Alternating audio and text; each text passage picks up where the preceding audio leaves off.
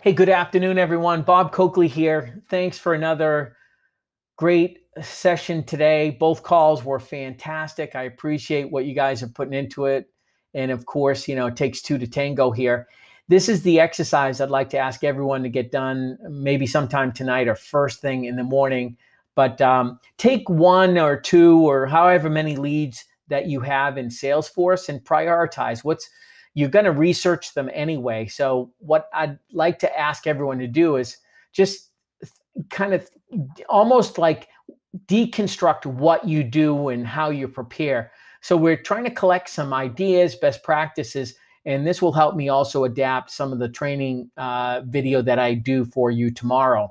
But so would like you to identify, again, at least one lead that you're going to work on. And then in this section here, what you want to do is share the process you use for qualifying that lead. So what research do you do? What websites do you go to? What other things do you look at? LinkedIn, etc. Kind of like bullet point what you do to qualify that account, and decide whether or not it's worth investing some time to prepare a email or a voicemail or phone contact with them.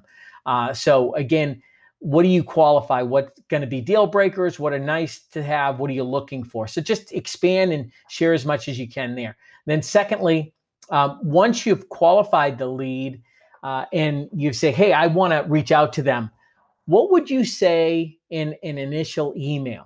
So you're going to write an email to them anyway. Write it and just share it with me here so I can capture as many as possible. And then together, I'm sure we can bring a lot of these together so we can give you some options. That way you'll have, all of us will be smarter from this. So just share it. No right or wrong we're just looking for an abundance of ideas.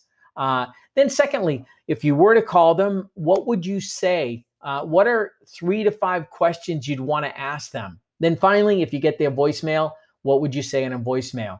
So again, all stuff you would do anyway.